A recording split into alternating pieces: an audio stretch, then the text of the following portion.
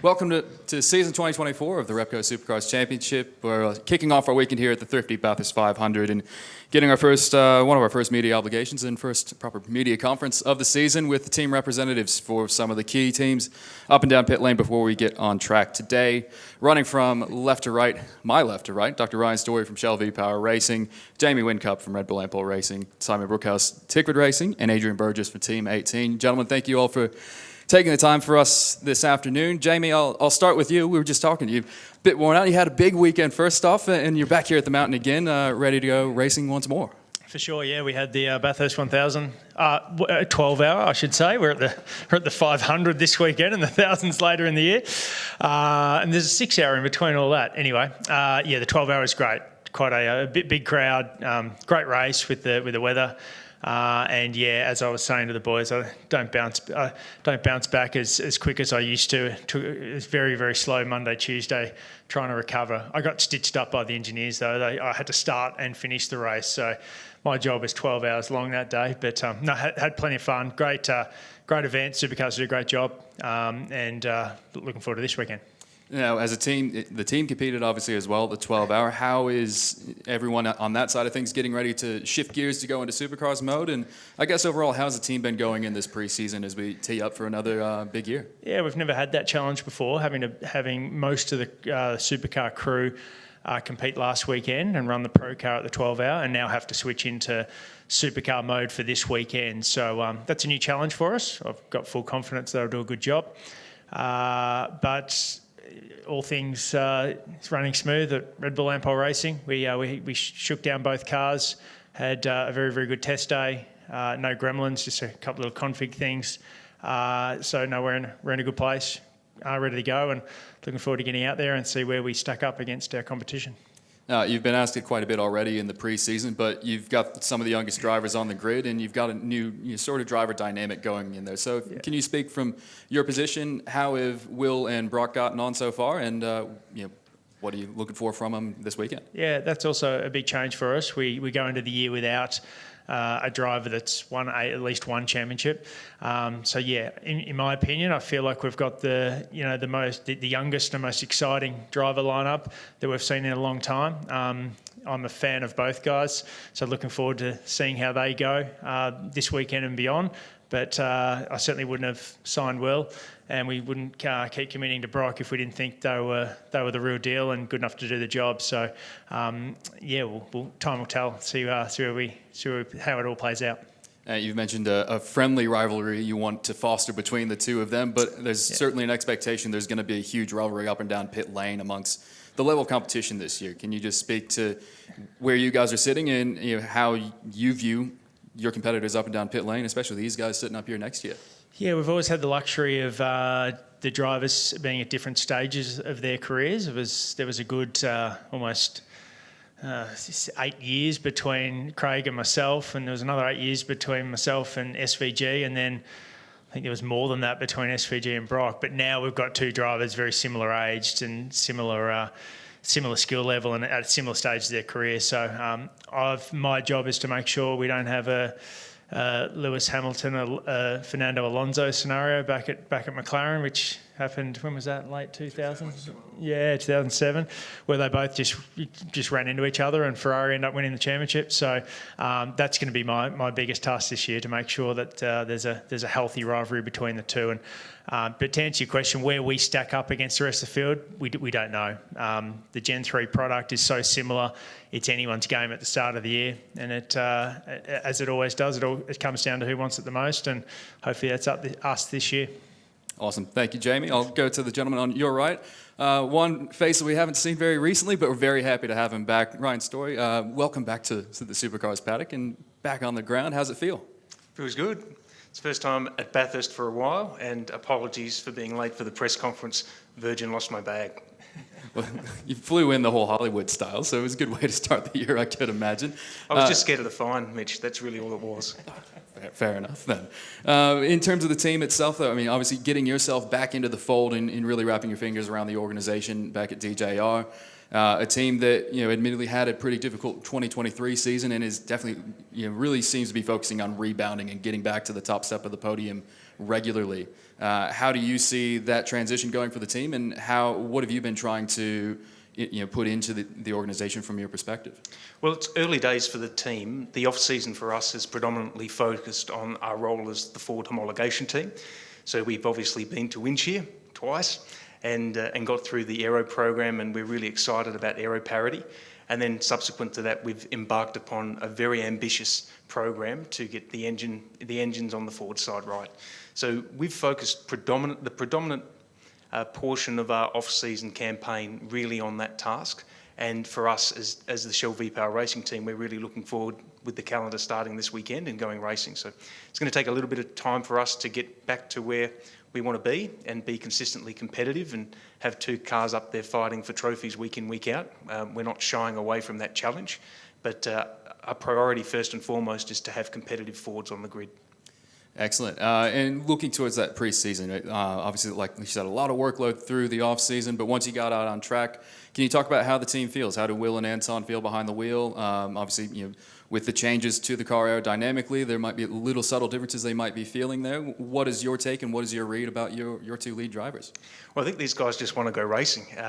Obviously, when we've had our test day and the feedback from all the Ford drivers has been that the car's different, particularly from a drag perspective. It's a little bit slower, but there's more they can do with it when the thing's under pitch and they're hitting the middle pedal, which is exciting. And we're really looking forward to seeing more of that this weekend. But I think it's nervous trepidation for all of these guys right now. They don't necessarily know what they have until they get to wring the thing's neck in anger over the course of the next few days. That's very true, and we're all looking forward to that. I have no doubts. You mentioned it as well. Going to Windshear is one thing, but also the shift in the engine program coming under your house. Can you just speak to how that's been coming along, how you guys are feeling with it, and what you're looking to go through, other than, of course, trying to win a lot of races? Well, look, we've left no stone unturned in the program in trying to ensure that we have parity on the engine front, and that will ultimately be settled in due course when we embark upon an AVL transient dyno program with both the Chev and the Ford engines in hopefully the first half of this year, or potentially even the first quarter of this year. So there's quite a bit still left to do, and we've had to go through the process of really understanding the idiosyncrasies of the platform and look for strengths, weaknesses, opportunities and threats. And from there, we've embarked upon a program that's even involved us working with Supercars and Motec to change the ECU firmware. That kick-started with Adrian, when Adrian was still in the role of head of motorsport, and likewise with the Aero program, and then under Tim Edwards and continuing with Craig Hasted. It's been quite a journey, but it's one we're still on. So we're really excited about hitting the track this weekend, but we're under no illusions of what more we need to do. We've made huge inroads, and we'll find out this weekend if we've done enough. That being said, we also have next steps in line for what we do in the event that we're not quite where we want to be. Very good insights. Appreciate that. But one more for you as well on the driver front. There's a new name within your program that'll be driving for you later in the year. I guess he's not new necessarily, but he'll be doing both Sandown and Bathurst, and his name's Kai Allen. Can you just speak to bringing Kai into the program? Of course, made his debut in Supercars with you guys last year and is really being spotlighted as a star of the future. He's got to be a good asset for you guys looking towards the future. Absolutely. He's a ripper kid. He's someone who I've mentioned before. Paul Morris pointed us in his direction a little while ago, and Ben Croak's been working with him for well over a year now, particularly in the lead up to that wildcard program last year. But him winning the Super 2 championship up against one of our old cars, we kind of know what that would have taken. It's a bloody good car. So he's got some serious potential, that kid. We really want to see what he does this year. Obviously, taking the only number one we're going to see on the grid this year is going to be in Super 2. So it's an interesting conundrum for the sport in that sense, but it's going to be exciting to see what he can do there. He just needs to be consistent. He needs to basically put his best foot forward and be smart. And when we get him in the car for the test day, that process will continue to evolve and develop with us. But he'll be a fixture with our group as we head into Enduro season, which doesn't seem like it's that far away, but it'll come on us pretty quickly. And yeah, bringing in fresh blood and someone who's a rookie and ready to go into that role is exciting, and it's great to be able to foster young talent. Jamie's absolutely right. We need to have our eye on the next best and brightest, and really invest in talent and see and give them the opportunity to really flourish. So we're really excited about what this kid can do. Great to hear. Very great to hear. I'll go back to the middle here. The newest member of the paddock, I guess you could say, Simon Burkhouse from Tickford Racing. First off, welcome to the circus, I guess you could say. Thanks, Mitch. Appreciate it. It's good to be here. How have your impressions been so far in your time with Tickford and getting to know this category? Yeah, look, I started on Monday, so it's certainly been a baptism of fire to come up here. So I've done 2 days in the office, and I've just come back from walking the track. So first impressions are, look, team's great. The people work well together. I think we've got 2 experienced drivers and good combinations with engineers and mechanics, and the guys are pretty confident and that things are going well. A bit like Ryan said, we just don't know until we get out there on track with the Ford and how it's going to go. But we're very confident that we've got the right mix, and we're really looking forward to starting out on this weekend. Tickford as an organisation seems to have sort of taken a page out of Dick Johnson Racing's playbook in terms of picking you up. But from your perspective, what attracted you to this opportunity to go car racing with us? Yeah, look, I think for me, I'm a sport lover in general. I've followed car racing my whole life and never actually been involved. But I think twofold for me, the Tickford role particularly is about the commercialisation of the overall business, not just racing the cars, and that had a lot of appeal for me. And just the opportunity to do something a little bit different. I'd been in mainstream team sport and in golf and whatnot before, but this is an exciting time, and I think the supercar category itself is growing. I think that there's a lot of upside to be seen from it. And I think learnings from other sport coming across into this sport are going to be beneficial for all of us. Excellent. And I think you sort of mentioned how the team's getting along well, and you've got some good impressions early on. There's, Thomas Randall was quoted earlier in the year saying that he thinks a team's championship is realistic for you guys this year. I mean, obviously 2 drivers that had a very strong end to 2023. It might be early days from you, but A, do you think that's realistic yourself? And B, how do you guys go about it? Oh, look, is it realistic? I think it is. I mean, we're not out there to not win, and I don't think any team's sitting on the grid not to win, but everything's got to go right all year, and a lot of luck comes into these things. But I think we've got 2 really solid drivers. They get on well. The cars seem to be good. The testing at Winton went well, and I just think that the whole team's fairly confident. We finished last year off quite well, and hopefully we start this year just as well. So there's no reason we can't win it, but a lot of things have got to go our way. And to finish off with you, similar to what I said here with Ryan, looking at your junior program, it's expanding from 2 cars to 3 this year in the Dunlop Super 2 Series, bringing in Lockie, bringing Rylan up after a pretty impressive Super 3 debut at the end of last year. Just tell us where that program's at and what you guys are looking to achieve from it. Yeah, look, I think that's really exciting. I was just talking to Cam and Thomas about that, and they're really keen to act as real mentors for these younger drivers, and they're the future. They're the future of the sport, and I think that we've got 3 really level-headed young fellas, and from what I know, and I don't know too much about the history of it, but Brad's quite quick, and he might have put in the wall a couple of times last year, so we're going to get him to be a little bit more conservative, but and a little bit more confident. But the other 2 boys look really good, and they tested really well at Winton, so we're quite confident. There's 2 new cars there that have been built, so we'll see how they go starting tomorrow in testing and practice. Yeah, it will be a very full-on Dunlop series as well as the Repco Supercross Championship. Absolutely, it's going to be a full-on year for us. Yeah, you won't be bored, I can assure you that. And looking over, last but not least, to the guy on the right, Adrian Burgess. Welcome back to Teamland and back to the trenches. How are you settling in with your new digs? Yeah, loving it so far. A lot less knives in the back currently, so it's good. Back in Teamland, back what I used to be doing before Supercar role. Like these guys, we want to win races. We're trying to build a team. It's pretty clear we needed to make some improvements from last year. So had a driver change and some crew change, and I think the feeling in the camp is positive. It's a lot calmer than it probably was before, and everyone's enjoying being there and working hard. 2 good drivers. So yeah, let's go practice tomorrow and see where the pecking order flushes out.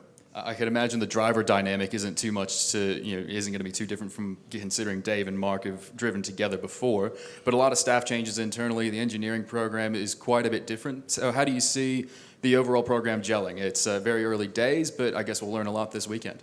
Yeah, we've gone the other end of the scale than these guys going for a young team. We've got quite an old, mature team. But that experience is going to help us. Both level-headed, both got a lot of experience behind them, and that's probably what our team needs at the moment. In terms of the engineering group, yeah, we definitely needed to make some changes. So we brought in a couple of other experienced guys. Dr. Jeff Slater is, he's won a lot of races in this paddock. 12-hour supercar championships. He's a good guy. So that'll bring some depth, but we've got some work to do. There's no point beating around the bush, but we're all up for it. We've got a really good energy going there. Everyone's motivated. The drivers are certainly motivated. Got the same equipment as everybody else, so it's down to us.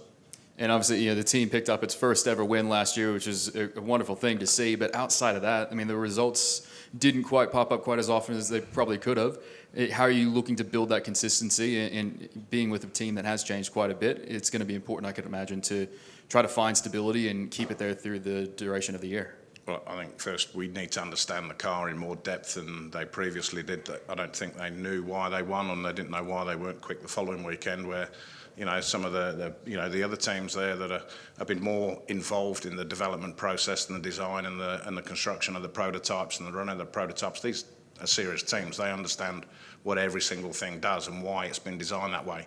We need to go through that process and educate our group as to what the right things are, what the wrong things are. And days when you're quick, you need to understand why you're quick, and days while you're slow, you need to understand why you're slow. I don't think we've had that in the past. It's clearly something we want to do better than the group did last year. So, time will tell. It certainly will, and it will be telling very soon. I'm happy to open it up here to the journalists here in the room. If you have any questions, raise your hand, and we'll hand it off to you.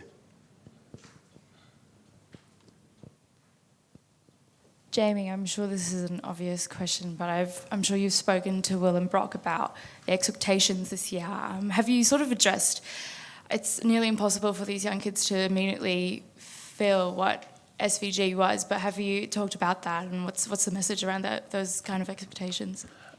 Oh, they don't have to live up to SVG's expectations or anything like that. No. They're their own identity. They're their own drivers. Both were very, very successful, won races last year, so they need to just do their thing, and we need to make sure as a team we provide them with 2 fast, reliable race cars at every opportunity. So no, it's up to them to go out there and swing freely. They've got big personalities. They're going to be great for the category off track.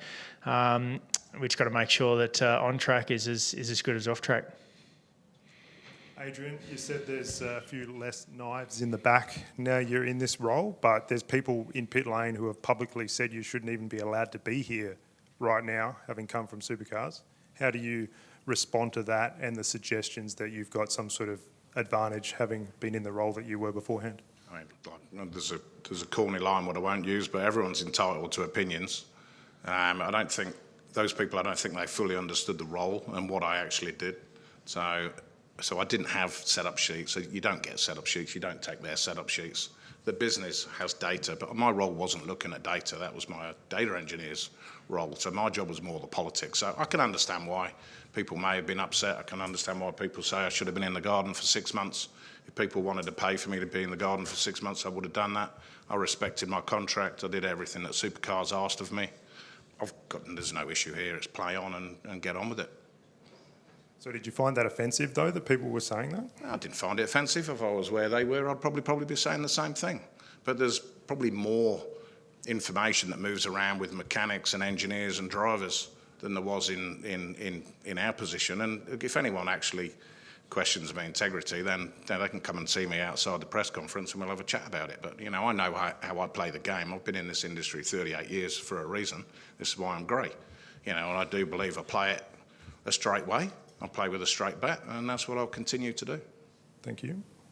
And Ryan, you talked about the engine program, this ambitious development program. Can you detail a little bit more about the challenges that you faced with the engine and the solutions that have been put in place, and perhaps why these weren't found beforehand, these problems? Everyone agrees to go off the record, right? Yeah, look, it was a pretty difficult situation, and I decided that I would take on the baton of leading the thing to not disrupt the team too much. And pretty quickly it was clear why the program was in the place and in the state that it was in. So we immediately resourced it. It had 1 full-time member of staff. So we only needed to triple that and we were away. There were a number of other indicators that were pretty straightforward to understand in once we actually had the opportunity to see that. And it was a matter of picking some of the low-hanging fruit there.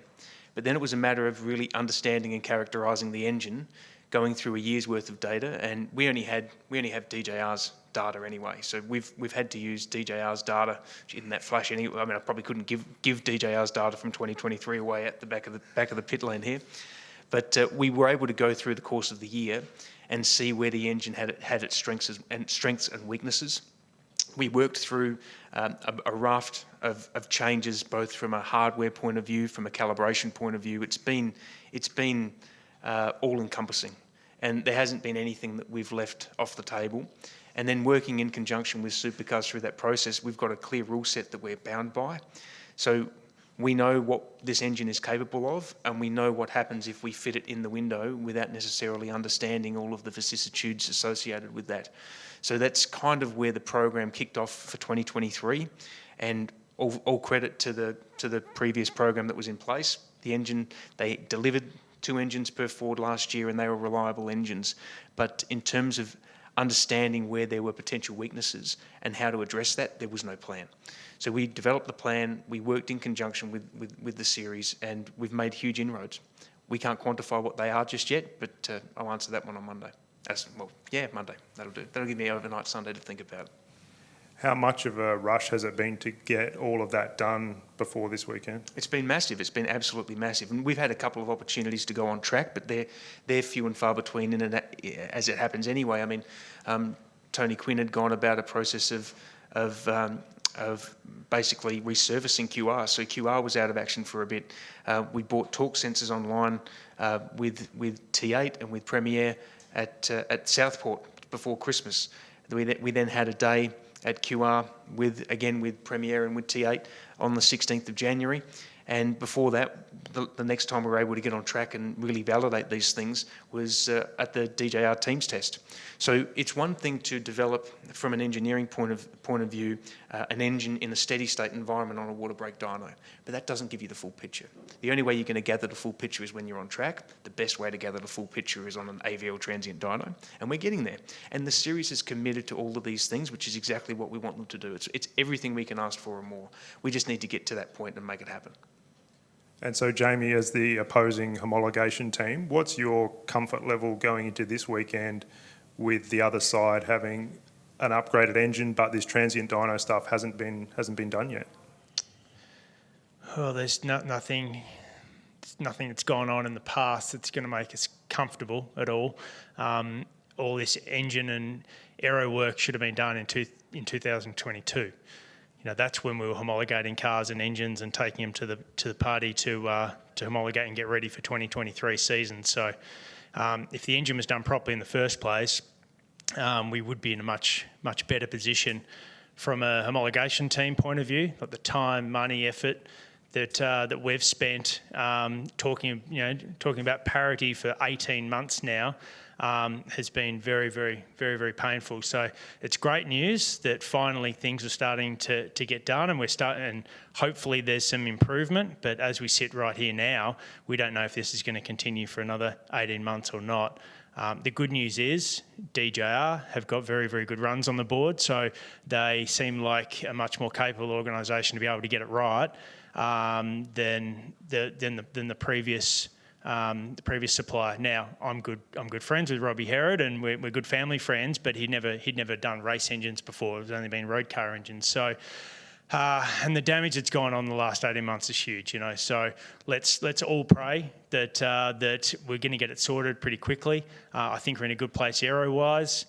We just need to nail down the Ford's engine, decide we've got parity, and then just get on with racing. And we just the sporting parity difference from team to team is huge.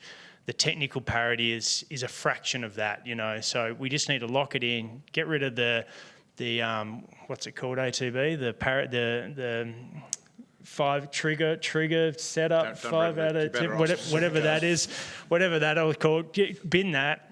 Let's just get the aero right, get the engines right, get on with racing, and go from there. So the quicker we can do that, the better. I'll just add on to Jamie's point. As Jamie highlights, the amount of work that's been done by the homologation teams in this process probably goes unrecognised in a lot of ways. And coming into it with fresh eyes, it was quite clear that in the case of DJR, it compromised our season last year. But these guys were doing the exact same thing. At Winshire was a great example. Jeremy Moore, Pete Ringwood from Jamie's organisation were fantastic. Everyone wanted the same thing, and that was parity. And it was great. And we'll just continue to work together to put this thing to bed. Ryan, just further to that, I mean, yeah, and to Jamie's point, I mean, once you get on an AVL dyno and, you're satisfied with that, would you agree that the trigger kind of, it'd be a good thing to get rid of, effectively? Yeah, once we've been on the AVL dyno, we've then basically followed world's best practice with both aero and engine to go racing. We want to ensure that we are we run on the principles of technical parity, and anything else is sporting parity. That's precisely where we want to be. And Jamie, I mean, obviously Erebus, were your arch rivals, I guess, last year. I mean, a fair bit's going on there. I mean, do you have, I guess, any opinion on them or what to expect of them this year? No, I got no opinion.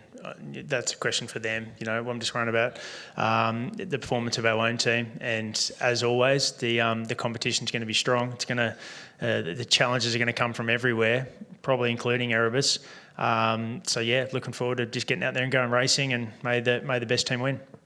And Adrian, just further to your point about Team 18 and making progress. I mean, Bathurst last year was the real kind of flashpoint, I guess, with what happened at the end of that race. So I'm sure for any of the crew that are still here from then, I guess there's a bit of a redemption about, coming back to Bathurst and setting the record straight, I guess. Well, I may have mentioned that doesn't want to happen again, obviously. I wasn't in the team at that race last year, but it's clearly something that they weren't impressed with by their own standards, or any team wouldn't be. But, you've got to understand these teams when they're racing as hard as they are and as fierce as they are. Every now and again, some things like happens in Teamland. They're humans. They make errors, and laptops make errors, and software makes errors. And on that day, they got it wrong, and then they made the wrong call when they realised they were in a mess. But clearly we don't want that to happen, and clearly we've spoken about it in depth. Ryan, I'm not sure if you've actually got down the paddock yet, because I know you just sort of jetted in, but it's quite weird seeing the DJR truck not right down the pit exit end. Obviously, you've touched on what that homologation team role, the toll that took on team performance last year, but is this kind of visual reminder that last year didn't quite go to plan? Do you think that can be a motivating factor for the team, particularly because it can be remedied so quickly with the live pit lane thing? Yeah, I mean, it's AVL, everyone measures steps on their watches, so I think that we'll clock them up pretty quickly, being halfway down there. It's not where we want to be. And we have very high standards for ourselves. The standard you walk past is the standard you accept. And we have to walk past quite a few of them to get to where we are down this pit lane. So, we've got a lot of work to do. We're under no illusions of what that entails and what that constitutes.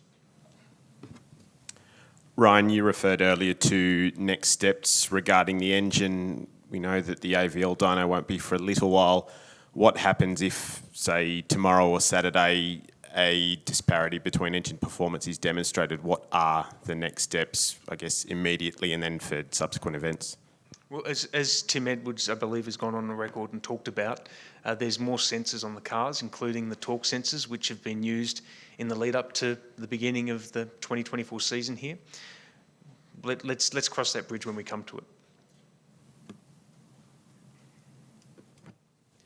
Any others? Excellent. Well, the season gets underway tomorrow with practice, and you guys will all be ready to get back to work, I'm sure. So thank you guys very much for taking your time, and we'll see you around the traps.